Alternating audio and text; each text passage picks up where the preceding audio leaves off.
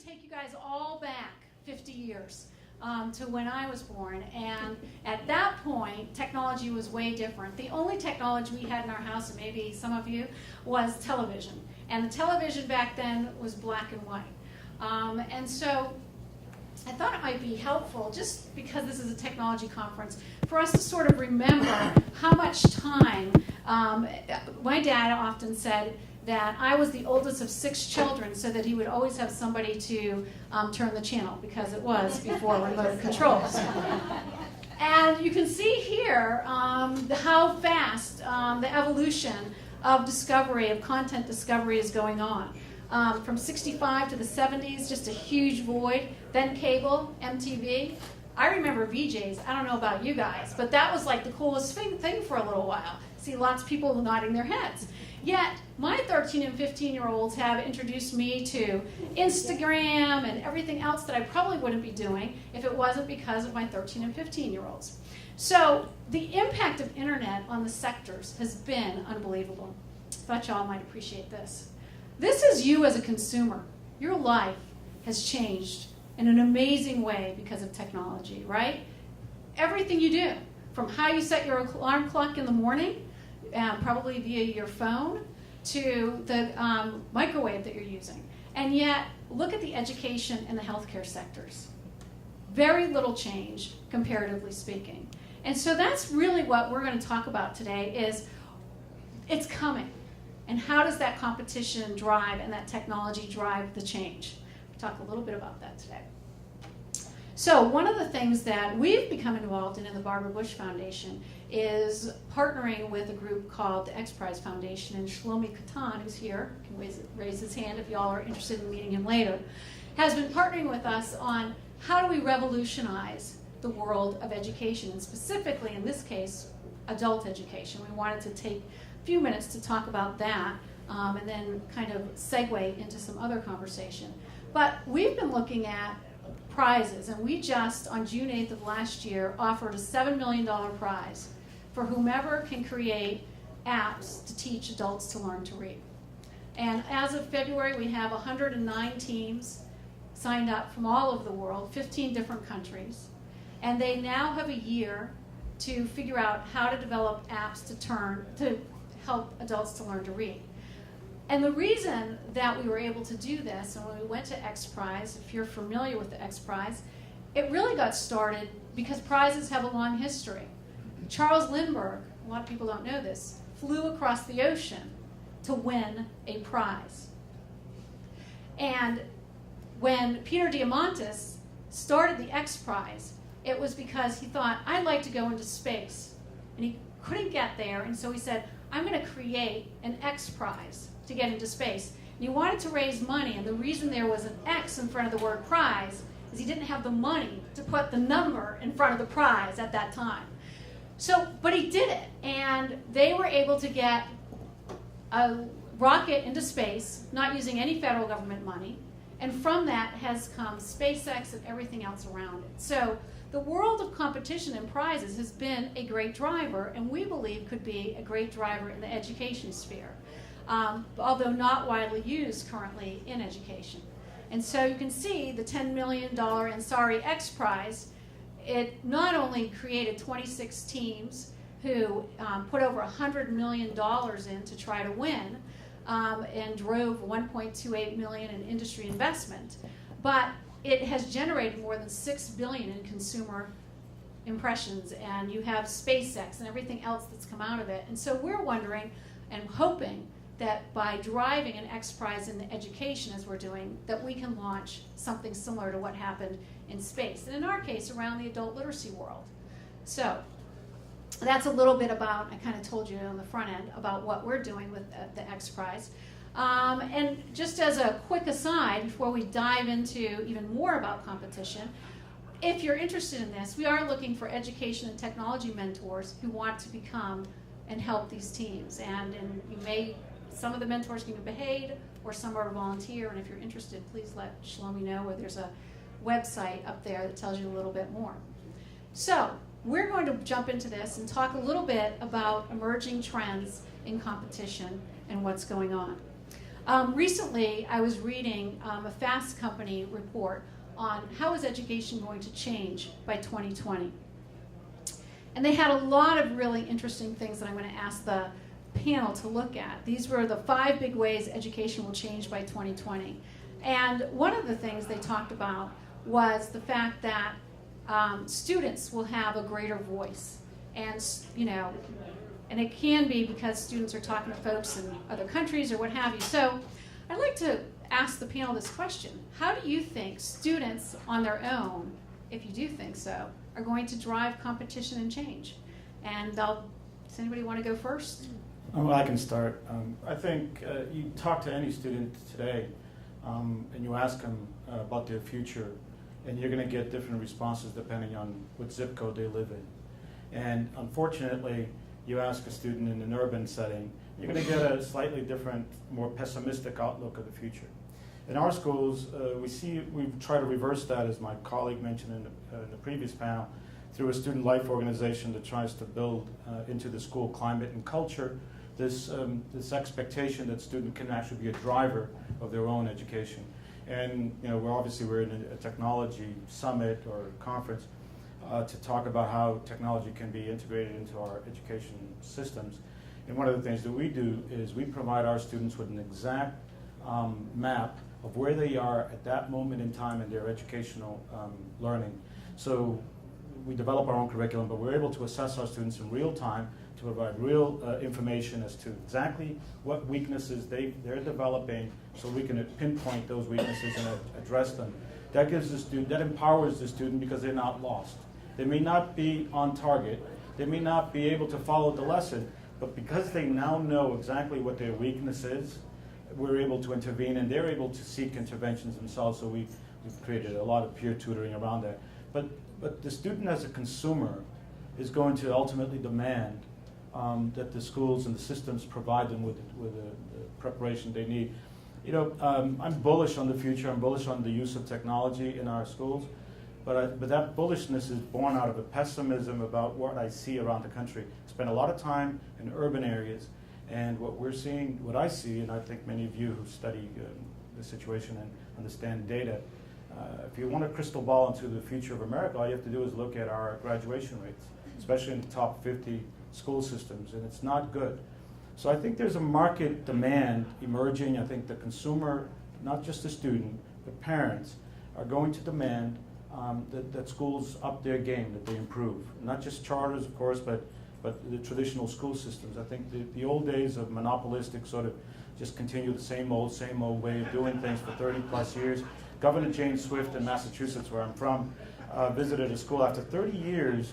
When we passed education reform in the state, 30 years, the teacher was using the exact same lesson plans for 30 straight years until we insisted that, hey, we're going to assess the students through external assessments, and you're going to be, assessed based on your performance.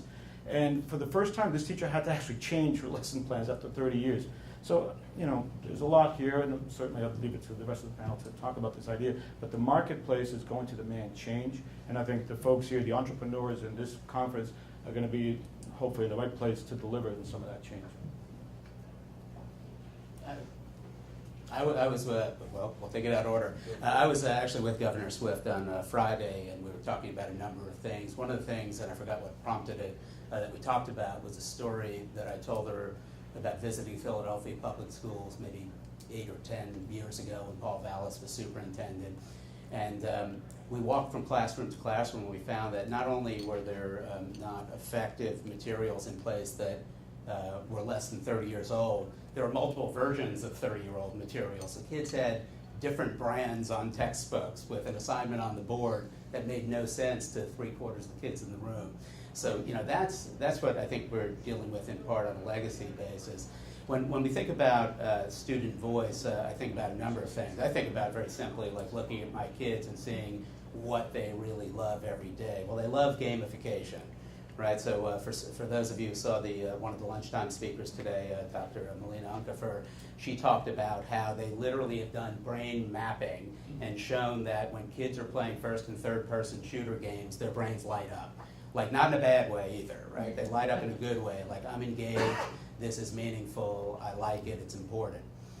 We also know, and I may be speaking from some of my prior experience in post-secondary, which is certainly a continuum, is that competency-based works and adaptivity works because kids and students of all types, they kind of have a pretty good sense of what they know, and if not, we can test them and tell them what we know, what they know.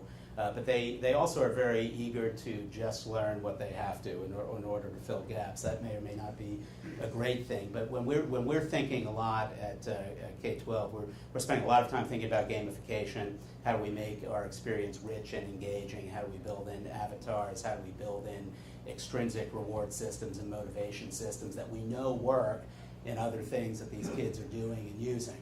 And then we think a lot about adaptivity, among many other things. But from an adaptive perspective, how do we create an environment that provides exactly the supports that a student needs? So part of a gifted student's voice might be, I don't need to know those things, I need to know those things. And we have kind of a more student-centered learning experience, of course, when we can deliver up content that's important. And on the other end of the spectrum, when we have students who, on an adaptive basis, we know for sure that they need certain supports in order to be successful, in order to get over the hurdles, we can provide a different track, a different level of teacher resource, a different level of curricular resource, and technology that delivers it all. So we think a lot about student voice in that way. Jonathan, do you want to add anything there? Could you go back to the question? How do you think that student voice could change and create schools that are more competitive in the future? Schools that are more competitive, not students who are more For competitive. students? There's so many ways of focusing on that question. I mean, Trump, it just make up. Answer your own question. I'm not going to touch that one. And don't touch me, please.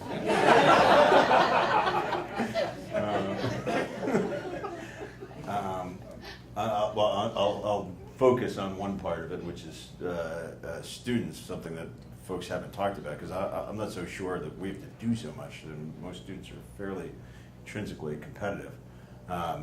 I look at, Minecraft to me is a phenomenon that will take probably a lot more studying to understand, its potential for what its impact is and where it can go.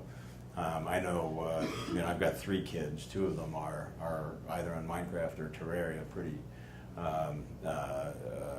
significantly. And again, when we talk about competition versus incentive, a lot of things that you mentioned were consumption devices as opposed to creation devices. I think kids instinctually want to build things. And they want to compete to build great things. I think we saw that with Logo. We've seen that with Montessori. You pick any historical educators. I think Minecraft is the modern incarnation of that. It's the ultimate constructivist world, which kids can not only now build and play in, but then can also share. And sharing is a new form of competition, where there's not necessarily even a winner, but it's absolutely a motivational force. So I'll stick with that part of your question, and we'll see where the rest go. Excellent. I like that. Sharing is the new form of competition. Whoops, did I just go the wrong way? I did. So, how can technology give educators a competitive edge? Recently, we had the University of Florida come to a presentation that we were doing. I don't know if all of you have seen their live tech. They actually have avatars that are children, right? And so the grade that we used was 6th grade students. And as a teacher, you go in and work with avatars. And so instead of going into a classroom for the first time and practicing your craft on real kids, you practice your craft on avatars. And these avatars are developed so that they respond exactly the way that children would in the 6th grade, with the same personalities and so forth. It's really pretty amazing to see. So my question is, how do you think that technology is most likely to impact educators themselves? And is competition part of that? Or how do you see technology really impacting the role of educators in the future? I just used one example, but love to know other thoughts. Well, I think certainly educators are always looking for solutions to achieve a better result, a better product in the classroom, better outcome. At the end of the day, in our organization, what drives the use of technology is the litmus test of whether it's efficient and can lead to greater efficiencies in the classroom. So, a student spends about 1,000 hours of instructional time a year in school, right? I mean, so if you can maximize every minute of every day and make good use of that time, then through efficiency of instruction and the instructional process and the tools used, then obviously you're going to get the most out of that student's time in the classroom and in school. And the second one is effectiveness. So those efficiency and effectiveness. And we always ask ourselves, is the use of this technology going to lead to a better outcome? And I think, unfortunately, we see too much in education, especially in public education, of adaptation of new technologies and not necessarily looking at it, is it efficient or effective, and it's just simply something else to spend money on because everyone says this is going to be great. We saw this in the 90s. Some of you in this room probably aren't old enough to know this, but in the 90s, Microsoft spent a lot of money pushing computers in the classroom. Well, they spent a lot of time, a lot of money was spent, and these computers were just in the back of the classroom gathering dust, and someone said, smart boards are used as pinning boards or whatever. The fact of the matter is that you got to train your teachers on how to use it. Is it relevant to the system? Is it where the system is going? And so in our organization, certainly the use of technology is vital. There's no question about it, and I think you guys are all in the great sector, ed tech, because educators are always looking for a solution on how to maximize what they're doing. And the consumer is demanding it, the taxpayer is demanding it. There's a lot of competition in public education for certain. And I think the most effective and efficient product and system is going to ultimately win out. So as I said earlier, I'm optimistic about the future as far as technology is concerned. And it is going to be driven by the teacher, wanting a better tools in the classroom for sure. Okay. Any other insight? Sure. And this one is, in general, how technology can improve. Yeah. And specifically, if there's some that impact educators themselves. Right. So I'm going to start maybe with two truisms. That one, beware of ed reform conferences that have people in the front of the room lecturing to people sitting in the classroom. Two, try to spend 80% of time working on defining problems and 20% defining solutions, not 80% defining solutions and 20% problems. So I'm going to define your problem maybe a little better because I could break that up and say there are 1,000 problems that we could talk about, and if we don't break them up. So for the heck of it, I'm just going to pick one little one. And it happens to be a small company that I just spent some time working with, who is using Microsoft Connect technology, which is, many of you have looked at it, it's now how you can swing a bat, in front of a game. And they're using it for occupational therapy and special ed in schools where kids can interact with their body with math and reading and essentially connect kinesthetic activities to cognitive skills, which happens in OT. And OT has been, OTN and a large part of special ed has been a dataless part of education in some ways, even though you have IEPs and very rigid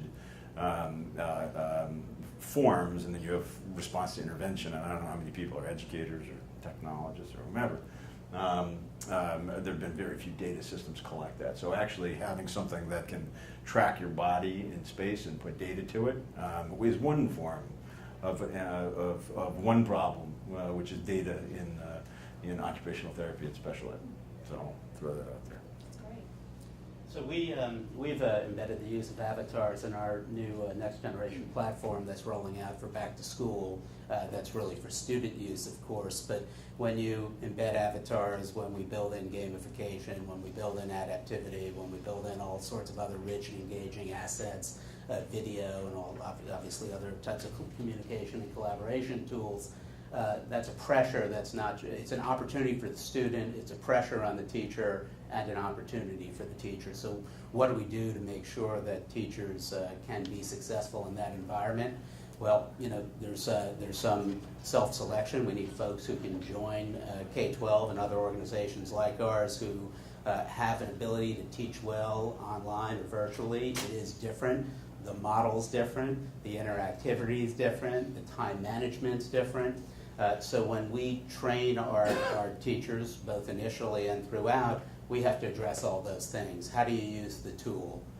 How are you a great data manager? What does teaching in an online environment look like? How is it different from a time management and resource perspective? How do you use a data repository to grab information and provide the right supports for the right for the kids at the right time? So it's a lot of upfront training. It's also a lot of upfront indoctrination into that process. And then throughout, we have ongoing training programs. Teach 360 at K-12, in which we have effectively individualized and personalized teacher professional development and leader professional development, because that changes as well. Okay, excellent.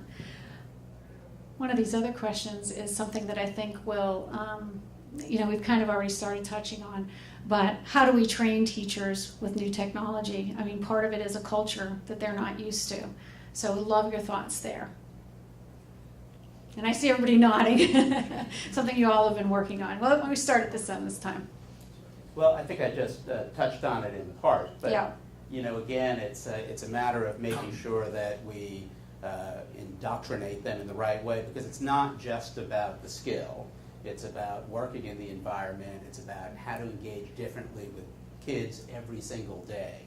So we've got synchronous instruction, and this is how it happens. These are the tools and skills you need to do that well online. It's also about how to create individualized learning groups in an online online forum. How to differentiate instruction in that way, using curricular tools, using assessment tools in an ongoing fashion. So it's just fairly in depth. It's ongoing, and like any process, it's there's no end to it. It's just ongoing. Are you specifically referring to how do we train teachers for online education? Could be. No, not necessarily, but I think that's a great example. Well, all right, so if we'll consider that one covered, and then I would, again, in terms of defining the problem, say what do we want teachers to be doing? And I think a big problem when we look at professional development or talent management, again, we might have a discussion here and say, well, what should schooling look like? And some people may talk about whether kids can read, or what their math scores are, or what about 21st century skills, or about project-based learning and constructivism, Again, I chair an expeditionary learning school, which is all based on project-based learning and a whole bunch of culture and rituals that are specific to project-based learning. I think it's really important that we also, even before asking that question, be very clear as to what behavioral changes we're looking for from teachers. And then the next thing that I would say that we tend to do is, when we're talking about students, we're very quick to say, how are we differentiating instruction for students? Yet we kind of assume that then you group all teachers together and you just teach them. So I think the same kind of lessons that we talk to ourselves about as to how we should be teaching students in constructivist ways, in differentiated learning, we need to also apply when we start thinking about educating teachers. Did you want to add anything? Well, I just want to say that professional development and ongoing teacher training is really critical. It doesn't matter what kind of school system you operate. I mean, the fact is that a teacher who went to School of Education 20 years ago, isn't prepared necessarily for today's technologies or today's needs in the school. So the ongoing professional development is key. In our system, and I just said it, system. So we've created a system of education in the SABIS network of schools. So it's from curriculum to assessment to teacher methodology, so it's pedagogy, the way the teacher actually teaches students. We train our teachers exactly in how all of this is integrated. So it's not a piecemeal, put together sort of bits and pieces and hoping that this system, actually starts up and works at the end of the day. It's all purpose built. And because of that, we're able to actually train our teachers in our system, and we do so not just prior to school opening, but ongoing throughout the year. And the fact is that our teachers are constantly getting updates on how to utilize the tools at their disposal. And we have to be frank about the challenge facing public education is that roughly half of the teachers coming into the workforce are in the bottom third of their graduating class. I mean, it's just a reality. It's not, education is a noble effort, but it's a reality that public school systems are facing. And so the challenge to the innovators, to you all, and all of us involved in this field, is how do we make the most of that situation? I mean, we're dealing, and especially in urban areas where it's really tough attracting, and when I say urban areas, let me caveat that with, or asterisk that with, major urban areas and small, mid-sized urban areas. Chicago, you can have a lot of talent going into Chicago. Boston, a ton of talent coming into the Boston school environment, right? Because it's a hub of lots of great universities, New York, Washington, D.C., et cetera. But you take, Flint, Michigan, or you take these smaller cities where, they're facing some of the same challenges that the large cities are facing without the attraction of talented teachers coming into the labor force there. And so how do you then, the challenge is then how do you maximize the learning opportunity for students with the labor you have? I mean, let's just be frank about that. And I think that if you all can solve that, I mean, and some of these companies at this conference will do wonders in this, is maximizing learning with the teachers you have in those small markets where the need is the greatest. I'll just add, I think part of it is a mindset shift for teachers also. So, it's part of accepting the fact that some level of standardization is not a bad thing. So don't go pick your own curricular tools. Don't go pick your own technology. I mean, we don't have to recreate in every classroom across the country, whether it's brick and mortar, whether it's virtual or anything, in between. To me, it's kind of liberating. The analogy I always use is, if we have these guardrails, if this is what good curriculum looks like, and this is what good technology looks like, and this is what good assessment looks like, and we don't have to reinvent in every location, instead of doing 30 miles an hour down the middle of the bridge because there's no guardrails, we can do 60 in the right lane. So what we try to tell folks is that it's actually liberating to not have to make these choices, to have best of breed technology and curriculum at your doorstep. It's not something that you have to think through. And then you can focus on the great things about being a great teacher. Pulling in the right stories, pulling in the right customized learning experiences within the context of, standardization, again, may not be the greatest word, but, it's guardrails. Good. The next part of what we're going to do is involve the audience a little bit. So we have a question up here about private companies creating tools for public good that are useful for stakeholders. And so we'd like people to be able to, both on the audience side, if you would, before you ask your question, introduce who you are, and if you're representing a firm or anything, who that is, and any question that you have for the group here. And basically within that concept of, what are the tools that could be useful for stakeholders? So, yeah, we want to start with that. And while they're doing that, does anybody here want to comment on just ideas right off the bat? I just want to say, at the bottom, at the back of the room here, there's a pile of books.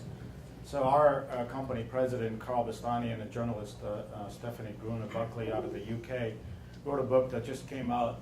It's called Last Bell, Breaking the Gridlock in Education Reform. We encourage everyone to take a copy and read it, because we want to tell this story precisely to answer this question, which is the problems facing the United States of America, the greatest country in the world, that we've ever seen in the world, right, are so great. And if you spend as much time as I spend in cities like Newark and Camden and Detroit, and my friend Jim Gunner spends a lot of time in Detroit, and I've been there with him, there are cities around the country that are literally falling apart, and the school systems are failing children. And in some cases, you could almost look in a classroom of kindergartners and slice it down the middle and tell half of them that they'll never see a high school diploma and that the rest of their lives are going to be miserable. And the other half will probably see some portion of a decent education. But the fact of the matter is that we have a serious situation in America, right? And so we're suggesting that the public sector should embrace all solutions, should embrace the private sector, should embrace any organization that has an interest in trying to solve this problem, because it's too big for the government alone to tackle. Ronald Reagan had a great line: if the government had all the best people solving the problem, the private sector would hire them away. Well, because the challenges are that great, I think it's all comers, everyone who has some contribution to make, whether it's a for-profit organization, a private for-profit, or whether it's a non-profit, or whether it's a governmental or some combination of those two, partnership, public-private partnership, should be coming to the table to solve this problem, because it's just enormous, and it's really a civil rights issue. Really, we hear it oftentimes in charter school conferences, not necessarily another conference, but it's framed as such. It's the civil rights issue of our time. When a child born in the wrong zip code can be denied access to a quality education and denied access to a vibrant, fulfilling life, right? And that's just a crime, frankly. So our answer to this question is private companies should be involved in solving the public challenges. Is there a question? Hi, my name is Richard Lowenthal, and I'm a managing partner at the Game Agency. And not to take away from the seriousness of anything that you've said, but I'm curious what you've seen in the public school systems when it comes to using games within the classrooms to effectively deliver and evaluate educational material. I'm not sure I'm the best to answer that question. I can take a crack at that, and then I'd love to get back to that also. But regarding gaming, I mean, we're about to start working with a partner who's doing some really interesting stuff around gaming, and it's pretty simple, because gaming can be very complicated. It can be kind of the amplified way to do it. Let's take $1 billion and try to build it, right? That's one way to build gaming in education, and it may be a valiant way, although there have been some troubles. The other way is to figure out how to use games as a tool or as an extrinsic reward or motivator. And so this little organization we're looking at that we're going to start doing some more work with pretty soon provides reading, math, science, social studies, assessment, and skills kind of readiness and practice. And as a reward for that practice, call it 8 to 10 minutes of practice, it unlocks 60 seconds of game time. Student gets to choose the game. You want a skateboard game, you want a basketball game, you want a Candy Crush-like game, and then effectively goes back and practices more. So here's the effect of this. The effect of this is that kids are practicing using this tool. 38% of the usage is actually at home and at night, because they like the gaming element. They like the notion of getting on a leaderboard. And to get on the leaderboard, they need to do more skill reinforcement. So I see some shaking heads the other way on this also. But we've seen extrinsic, and this is not something K-12 is building, it's something we're looking at and talking to, but it's a really interesting way to use a motivational tool, because what the research does show is that over time, if you take extrinsic rewards and use it not inappropriately, we're not talking about giving away basketballs or Beanie Babies, but a little bit of a badge, a leaderboard, something that's interesting and engaging, and then ties it back to instruction, it creates an intrinsic love of learning along the way. And we're seeing, and this organization is seeing real skill, real improvement. We also have a question over here. We'll go there and then, yeah.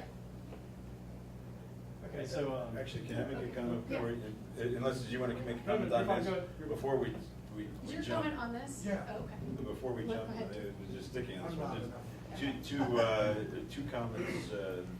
Again, just as I've spent 20 years working with public school districts, digging through public school data, and two things I have a hard time saying is either that the system is failing and making blanket statements, because the more I look at data and deal with schools, the harder I find it to frankly be able to say what's a good school and what's not a good school.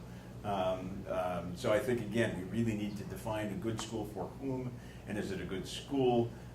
If you're dealing with the kids who are disadvantaged and coming in, does that make it a bad school, or does it make it a more challenging opportunity? So I think we just have to be careful with our language about how much we say something is failing before we jump in to fix it.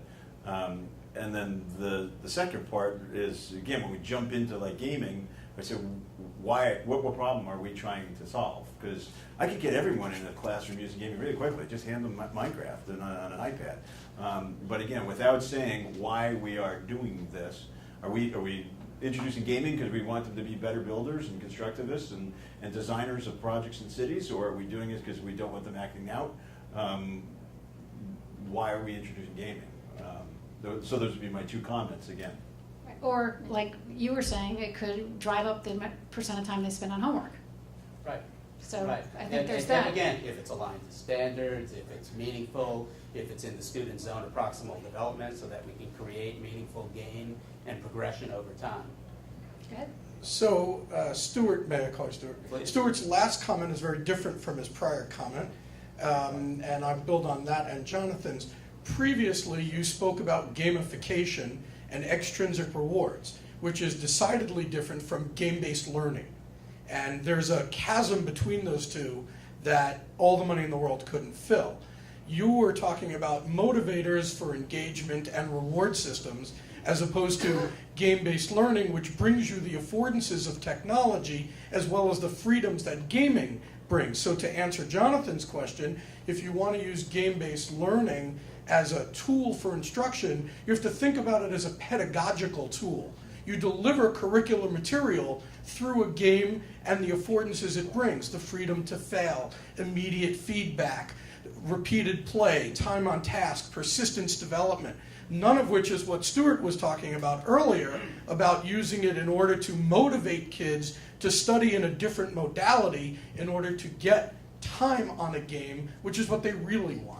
And I think both the gentleman and I, my company is called the Learning Game Studios, spin-off of an MIT lab. We've been studying how game-based learning works for the last 7 years, and I'm not disagreeing that you can use extrinsic motivators, but I want to point out the difference between game-based learning and gamification. I appreciate that point, and I think there's a spectrum, right? They can be very different things, as you said. So I don't disagree. Okay, coming around. Okay. I can just stand up and talk. Almost there. Yeah. Almost there. It's a small room. Hi. So my name's Steve, and I'm from a small college in Pennsylvania, and I see this in our rural schools. So that's where I spend most of my time, in the rural schools. And what I've seen is, and the way I think private companies can help is, one, every school has different issues. But we try to, what I'm seeing is I'm seeing rural schools mimic things that are going on in bigger schools, thinking that, oh, they have this really cool and they get this grant and I'll get the same technology and my kids will respond the same way. But they're not the same kids. They're different communities, and some of these kids don't have iPads and they don't have Minecraft, and they hear about it, but they don't see it. So by school introducing it, so what I think most private companies could do before they create the tools or when they is build the relationship with the schools. I think one of the pieces that is missing is the relationships with the schools that can then, go in and see what's going on and spend 80% of your time seeing what their problem is and help them solve that problem and then grow from there. I do think, it's nice if everyone's operating on the same standards, but I think whether it's rural or urban, it's the same issues, and it's that cycle of poverty and things like that, and how do we break it down? And I think private companies can really help by being engaged and being with the schools and looking around, and what some rural schools need is different than what urban schools need, and sort of a mix. Good. Anybody else have a question regarding this? Okay. Two. So just dialing back just slightly to the last discussion about the role of both gaming in the learning process, but also incentivizing, sort of the theme that you started with, incentivizing innovation. Liza, I'd love to hear you talk about the XPRIZE and literacy and how that's going to incentivize learning. And Jonathan, I'd love you to talk about some of the companies that you helped accelerate at Edge that are all around this same issue of incentivizing innovation, and whether or not there's a kind of a connection between incentivizing that on a much larger level and those companies. I'll start. We talked a little bit about the XPRIZE in the beginning, but I didn't go into what happens once we select the winning teams, right? So we have 109 teams who are competing to build these apps for adult literacy. We will test the top 15 in 3 cities in the United States. And then those 3, the folks who are able to gain 2 years' knowledge in 1 year's time. Hopefully, we'll have a top 3 winning apps. And they'll win millions of dollars, but we don't want to stop there, right? Because part of it is you've created the technology. How do you create the incentive in a world where there's so much stigma for adults on admitting that they have an adult literacy problem? So we will be announcing in the next year with the XPRIZE Foundation $1 million prize for whatever city can get the most adults in their city to download these apps and take it all the way from concept to implementation. So we're very excited about that. We think the incentive, is, the reward will be not just about how much money are we putting in there, but the PR that we will drive around it by bringing other groups from, we're looking at Time Magazine, Politico, all of these folks from a national perspective coming in and joining the conversation. So we're very hopeful that the media will join in and that this competition will create a swell of media along with the private dollars. And we are a nonprofit, so I know that the conversation right before this was who drives innovation, nonprofits or for-profits, and I just wanted to raise our hand and the XPRIZE Foundation's hand and say 2 nonprofits together on this. And Jonathan, I'll turn it over to you for a second part of the question she had. Sure. So now we're on innovation and competition in general. I last year launched a incubator/accelerator for edtech companies. And maybe we'll describe what those words mean because there are a lot of words like that now. So the incubator is an actual space, kind of looks like does everyone know what WeWorks is? So if you don't, it's now a $15 billion phenomena, which are just what I used to think was shared office space.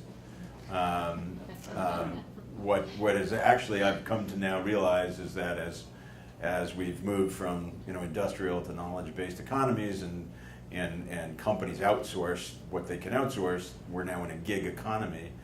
So in many ways, that incubator, the WeWorks kind of model is I think the modern office or the modern company, and I also think it's the modern university, which will eventually become the modern high school.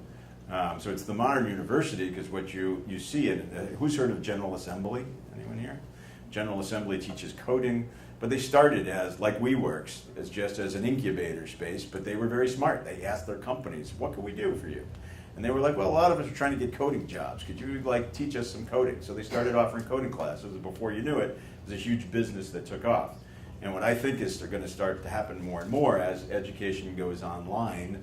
It used to be that we had land-grant schools and you went away to learn. Then we had things like Phoenix University where it could go online. Then we had things like General Assembly where you go to an incubator and education comes to you. So what we did is we said, how can we create, it's almost like a school for education, technology, entrepreneurship. And we had 560 companies apply. Of 560 companies, we accepted 10 who spent 3 months with us in an incubator. Their tuition was 6% of common equity. And the teachers were mentors who were all experts and former entrepreneurs in the education technology world. And then for some of them, we actually had a fund which invested in them. So I think you were looking for models of innovation and competition.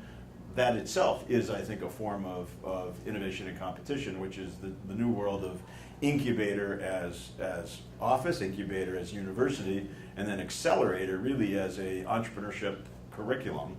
And I absolutely think that high schools want to look like WeWorks in the future.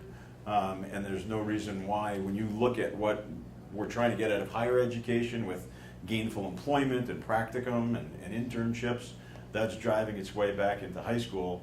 And again, we have to define the problem. This isn't for all high schools. This isn't for all high school kids, right? But there certainly are going to be part of our.